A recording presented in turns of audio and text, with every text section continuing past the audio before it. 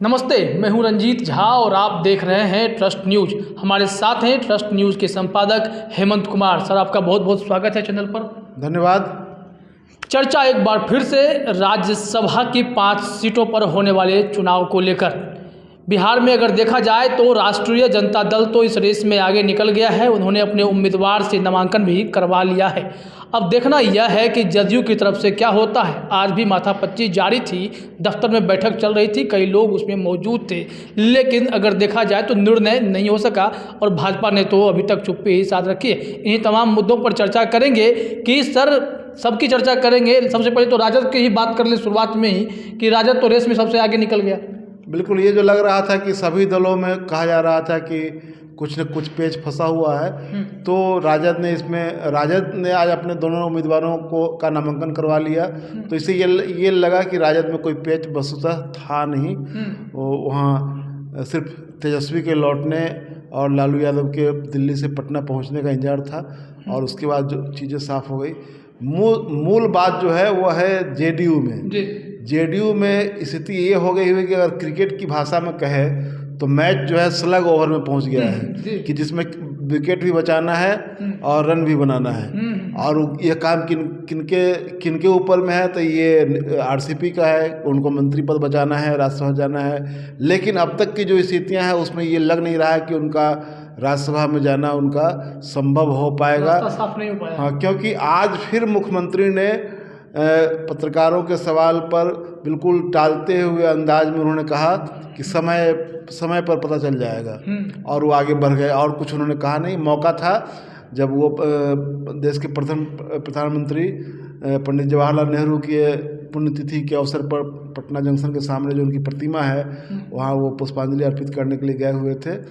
तो वहाँ उन्होंने ये बात कही।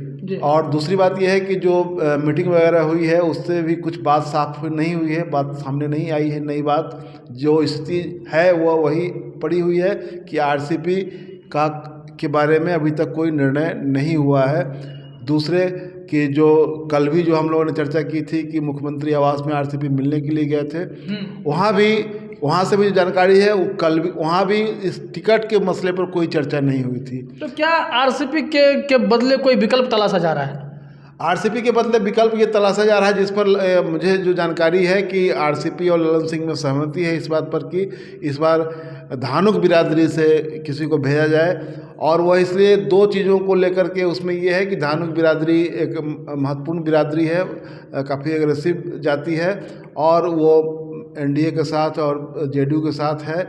तो उसको विन ओवर करने के लिए, और ख़ास करके आप एक लोकसभा चुनाव का उदाहरण दिया जाता है कि पिछले लोकसभा चुनाव में मुंगेर में वहाँ ललन सिंह की जो जीत हुई थी उसमें धानुक बिरादरी के लोगों ने अच्छी भूमिका निभाई थी। लेकिन जब लोकसभा ये विधानसभा का चुनाव हुआ, बिहार विधानसभा का 2020 में, उस चुनाव में वहाँ पर धानुक बिरादरी के जो उम्मीदवार थे जमालपुर से और सूर्यगढ़ा से, दोनों उम्मीदवार जेडीयू के दोनों उम्मीदवार वहाँ चुनाव हार गए। और इसको लेकर के ललन सिंह पर सवाल भी खड़े हुए, क्योंकि माना गया कि भूमियारों ने वोट नहीं दिया था, इस वजह से वहाँ जेडीयू के उम्मीदवार नहीं जीत पाए। और इसको अब ठीक करने की बात चल रही है कि कम से कम वहाँ जो नाराज़गी लोगों में है उसको दुरुस्त किया जाए। और उसको दुरुस्त करने के लिए उम्मीदवार धानुक बिरादरी से खोजे जा रहे थे। तो उसमें चर्चा जिन दो नामों की हो रही है अभी, एक पूर्व मंत्री हैं ये शैलेश, उनकी चर्चा हो रही है जो वहाँ आपको ये जमालपुर से चुनाव हारे थे। और दूसरे एक हैं जो आरजेडी से जेडीयू में आए थे, आरजेडी से वो लोकसभा का चुनाव भी लड़े थे, पूर्व पत्रकार हैं प्रगति मेहता, तो उनके बारे में भी चर्चा चल रही है।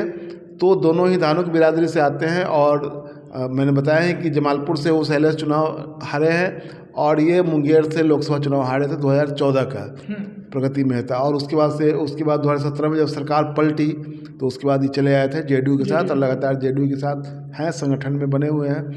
तो ये चर्चा इन दोनों के नामों पर हो रही है। कुल मिलाकर यह है कि नीतीश कुमार और ललन सिंह में इस बात पर सहमति है कि धानुक बिरादरी से किसी चेहरे को आगे किया जाए और उसको राज्यसभा भेजा जाए।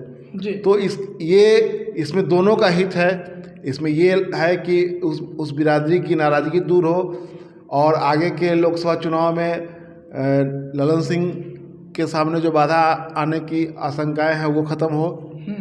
दूसरी बात कि आरसीपी सिंह से जो एक अंदर खाने जो मनमुटाव है, तो आरसीपी का भी पत्ता साफ हो जाए, तो सब एक साथ सब हो जा सकता है। जी, अगर ये देखा जाए कि जिस दो नाम की आप चर्चा कर रहे हैं, अगर ये दो नाम में से कोई एक नाम आगे बढ़ जाता है तो तय है कि आरसीपी सिंह का पत्ता कट जाएगा। तो क्या बीजेपी उस घड़ी का इंतजार कर रही है कि आरसीपी सिंह का इधर नाम कटे, कुछ फैसला हो तो हम अपने उम्मीदवार घोषित करें? जी, ये जो विलम्ब हो रहा है बीजेपी का, तो बीजेपी में कुछ बहुत अधिक पेच उस फंसने का मामला नहीं है, क्योंकि बीजेपी का जो पार्टी का जो स्ट्रक्चर है उसमें इस तरह का पेच बहुत जल्दी नहीं फंसता है। तो मुझे ये एक बात लग रही है बात कि हो सकता है कि जेडीयू के उम्मीदवारी का इंतजार किया जा रहा हो, आरसीपी का क्या होता है इसको भी देखा जा रहा हो कि आखिरकार इनका क्या होता है।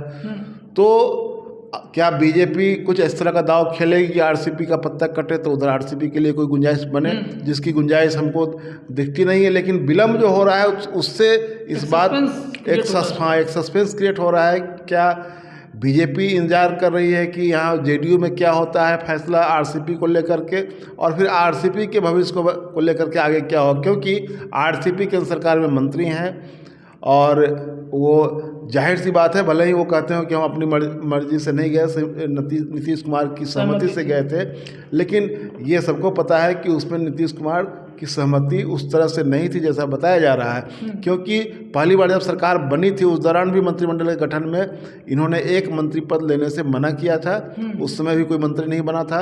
दूसरी बार जब सरकार में मंत्रिमंडल का एक्सपेंशन हुआ तो उस दौरान ये मंत्री बनाए गए थे और उस दौरान भी ये चर्चा थी कि नहीं जाना है। नीतीश कुमार ने तो दोनों बार क्लियर कर दिया था, जब बीच में गए थे तब भी और बाद में जब आए तब भी कह दिए थे कि हमें मंत्री पद चाहिए ही नहीं, क्योंकि एक वाला फार्मूला उनको पसंद ही नहीं था, उनको और अधिक चाहिए था। लेकिन जब ऐसी अचानक से यह खबर आई कि जदयू मंत्रिमंडल में शामिल हो, एक चीज़ और मैं बताना चाहता हूँ कि हम लोग चर्चा कर रहे हैं कि आरसीपी के भविष्य को लेकर के इतना ऊहापोह क्यों है, इतना विलम्ब क्यों हो रहा है, तो उसकी वजह मैं और आज साफ कर देना चाहता हूँ कि मैंने कल भी कहा था कि देखिए सबसे मुद्दा ये है कि आरसीपी ने जो अपना एक स्वतंत्र छवि निर्माण किया तो वो अभी एक खटकने वाली बात थी नीतीश कुमार की नज़र में। दूसरी बात, जो संगठन में बदलाव हुआ ललन सिंह को लेकर के, जो उनसे जो दूरियां थी आरसीपी की, और आरसीपी ने एक तरह से उस फैसले का विरोध किया, खुलेआम किया, गुटबंदी हुई वो। और एक और तीसरी बात जो है वह यह है कि पार्टी के फंड को लेकर के मसला बहुत गंभीर है, क्योंकि जब ललन सिंह को कमान मिला जेडीयू का तो उसके बाद पार्टी के पास इतना पैसा नहीं था कि इसको पार्टी के कार्य गतिविधियों को चलाया जाए, और उस दौरान फंड रेज किया गया था पार्टी के आंतरिक स्रोतों से, जिसमें विधायक भी सब लोग अपने अपने जो विधायक होते हैं, एमपी होते हैं, वो लोग उसमें डोनेट करते हैं। तो फंड रेज करने की नौबत आई तो ये तो एक बड़ा मसला है कि सत्ताधारी दल के पार्टी के फंड में वो पैसे की कमी पड़ जाए। तो ये मसला है कि वो पैसे का हिसाब किताब भी बहुत बड़ा मसला है, और सांगठनिक बदलाव को लेकर के जो आरसीपी की ओर से जो एक असहयोग या नाराज़गी जो जाहिर की गई थी उसको भी नोटिस किया गया था गंभीरता से, और ये कुल मिलाकर के उनके खिलाफ ये सारी बातें जा रही है। और जो आपने देखा होगा कि दिल्ली में हाल में उन्होंने प्रधानमंत्री नरेंद्र मोदी की काफ़ी प्रशंसा की थी, और उन्होंने वो तमाम बातें कही थी एक दिन पहले जो प्रधानमंत्री ने वहाँ जयपुर के अपने भाषण में अपने ये बातें कही थी। तो इससे ये उनकी जो नज़दीकियाँ हैं वो ये है, और एक स्वतंत्र छवि निर्माण है, संगठनिक फैसलों का विरोध है, ये तमाम चीज़ें उनके खिलाफ जा रही है। इसी वजह से ये मामला फंसा हुआ है। ये अगर देखा जाए आरसीपी सिंह के लिए कल खुद मुलाकात करने चले गए, आज एक बार फिर से दो बैठक में कोई फैसला नहीं आना। अगर मान लेते हैं आरसीपी सिंह को आउट कर दिया जाता है तो क्या वो जदयू में रहेंगे, जदयू को कितना नुकसान कर सकते हैं, क्या हो सकता है? एक सवाल सबके मन में है ये चीज़। देखिए वो बीजेपी अगर उनको ले जाएगी तभी वो जाएंगे, लेकिन ऐसे अगर बीजेपी नहीं लेगी तो जेडीयू छोड़कर तो नहीं जाएंगे, वो रहेंगे जेडीयू में, मुझे जो लग रहा है। क्योंकि उनके साथ तो कोई है नहीं, जो कोई कह रहा हो अगर कि पार्टी तोड़ देंगे, उनके साथ विधायक चले जाएंगे, ये सब मुझे नहीं लगता है कि ये संभव है। क्योंकि अभी तक जो लोग उनके साथ हैं वो उनके निजी लॉयल्टी है उन लोगों की, इसलिए मिलने जुलने लोग जाते हैं, लेकिन इस तरह से खुल कर के कोई बोल नहीं रहा है और उस तरह का कुछ दृश्य भी पैदा नहीं हो रहा है जिससे लगे कि पार्टी में कोई बिल्कुल आर पार होने की नौबत आ जाएगी उनके नाम पर। ये सब नहीं होने वाला है। ये है कि बीजेपी अगर उनको ले जाना चाहेगी तो हो सकता है कि अगर इधर बात न बने, अगर बीजेपी कहे कि हम ही बना देंगे तो क्या। जी, इनके गुट में एक अभय कुशवाहा का नाम हमेशा आता है। अभय कुशवाहा ने ही पूरे पटना में माहौल बना दिया था, वो आरसीपी वर्सेस ललन सिंह वाला माहौल। और वो अभय कुशवाहा जो एक ललन सिंह अध्यक्ष बने थे, हाँ, उस दौरान अभय कुशवाहा शायद विधायक भी रह चुके हैं। हाँ। और वो आदमी अभी निजी सचिव बने हैं इस्पात मंत्री के। ये बहुत बड़ा सवाल है कि एक विधायक को निजी सचिव बनना पड़ रहा है। सांगठनिक पदों से भी उनको हटा दिया गया था। जी, तो फिर ये एक गुटबाजी की कोशिश थी। तो अब लगता है कि कोई नया जदयू तो आपको नहीं दिखाई पड़ रहा कोई? नहीं, मैंने कहा कि ये ऐसा होता दिख नहीं रहा है। और मैंने कहा ना कि अगर बीजेपी अगर इस तरह कोई दाव खेलती है कि वो उनको कहे कि हम आपको ले चलेंगे, तब बीजेपी में वो चले जाए या बीजेपी सपोर्ट करके ले जाए, ये नौबत है। लेकिन बीजेपी सपोर्ट करके तो ले नहीं जा सकती, क्योंकि अगर नीतीश कुमार अगर नहीं करेंगे तो बीजेपी सपोर्टिव मुद्रा में नहीं आएगी, तब इनको बीजेपी के साथ जाना पड़ेगा। ये विकल्प के तौर पर एक ऑप्शन दिख रहा है कि अगर आरसीपी के साथ ऐसा कुछ होता है तब फिर भाजपा से थोड़ी बहुत गुंजाइश नज़र आती है। लेकिन यहाँ पर स्थिति जो अभी जो दिख रही है कि दोनों एक दूसरे का इंतजार ही कर रहे हैं। हाँ, ये अभी वही स्थिति है, वेट एंड वॉच की स्थिति है। लेकिन मैं ये कहूँ कि ये इनका राज्यसभा जाना मुश्किल ही नहीं, नामुमकिन जैसा लग रहा है। क्योंकि अब तक का जो सीन है उसमें कल भी जो मुख्यमंत्री से इनकी मुलाकात हुई तो इन्होंने खुद मुलाकात की इच्छा जाहिर की थी। वहाँ जो बातचीत, वहाँ जब ये रहे, दुनिया जहान की तमाम बातें हुई, लेकिन टिकट के सवाल पर कोई बात नहीं हुई। ये मैं पक्की खबर दावे के साथ कह रहा हूँ, जो हम लोग के पास जानकारी है कि इस मुद्दे पर कोई बातचीत नहीं हुई। अब समझ आइए कि चुनाव सामने सर पर है, नॉमिनेशन होना है, 31 लास्ट डेट है, लेकिन इस मुद्दे पर कोई चर्चा नहीं हुई। नीतीश कुमार क्या फैसला कर नहीं पा रहे हैं या मामला कहाँ उलझा हुआ है? ये उल्टी बात है। नीतीश कुमार फैसला तो कर चुके हैं। अब तो ये लग रहा है कि नीतीश कुमार ने फैसला कर लिया हुआ है कि इनको नहीं देना है। जी, तो क्योंकि इतना विलम्ब होने का कोई मतलब नहीं है। और जब कल बातचीत हुई, अगर बात बननी रहती तो कल बात बन गई होती और वहाँ से तीनों आदमी साथ निकलते। आरसीपी पहले निकले, यानी कि हुआ ये कि जब बातचीत खत्म हो गई तो हुआ ये कि अब ठीक है, अब चला जाना है शादी में, विजय कुमार चौधरी के बेटे की शादी और रिसेप्शन की पार्टी एक ही साथ थी तो वहाँ जाना है। तो ये कहते हुए लोग निकले, तो आरसीपी के पास निकलना वहाँ से मजबूरी थी, तो वो अपनी गाड़ी में बैठ के पहले निकल गए। उनको मीडिया वालों ने रोका, उन्होंने कुछ नहीं कहा, भी नहीं, निकलते चले गए। मुख्यमंत्री और ललन सिंह साथ में गए। तो अगर मान लीजिए कुछ सौहार्दपूर्ण हुआ रहता, कुछ नई चीज़ हुई रहती, कुछ अच्छी खबर आने वाली होती, तो सीन तो वहाँ क्रिएट होता। तब तीनों आदमी साथ जाते उस शादी में। बाद में ये भी गए थे उस शादी में, लेकिन उस तरह का उन्होंने, और कुछ वहाँ जो पत्रकार लोग थे उन लोगों से बातचीत हुई, लेकिन इस मसले पर ये क्लियर हो गया कि वहाँ नीतीश कुमार के साथ जो उनकी बैठक हुई उसमें टिकट के सवाल पर कोई बातचीत नहीं हुई। मुझे तो सर एक बात याद आ रही है कि ललन सिंह ने एक बार कहा था कि जब नीतीश कुमार से उनकी नाराज़गी हो गई थी तो नीतीश कुमार के पेट में किस किस पॉइंट पर दांत है वो हम ही जानते हैं, उसका इलाज भी हम ही कर सकते हैं। उस वक्त तो होम्योपैथिक इलाज की बात होती थी। तो क्या अभी आरसीपी सिंह के साथ वैसी स्थिति हो गई है क्या?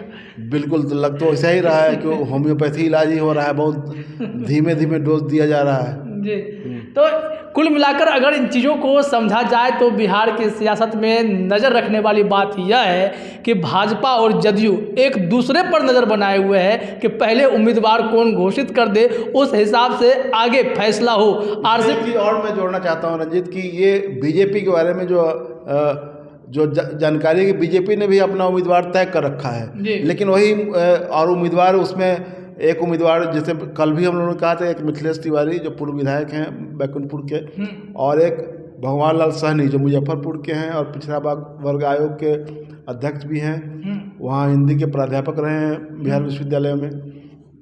और वहाँ मुजफ्फरपुर से एक बार आरजेडी के टिकट पर लोकसभा चुनाव भी लड़ चुके हैं। तो बीजेपी ने भी निर्णय अपना तय कर लिया हुआ है। अब इंतजार हो रहा है कि जेडीयू क्या करता है, उसके बाद ही ये होगा। लेकिन बीजेपी का भी उम्मीदवार लगभग तय है। जी, तो भाजपा के भी उम्मीदवार लगभग तय हैं, बस एक घोषणा बाकी है।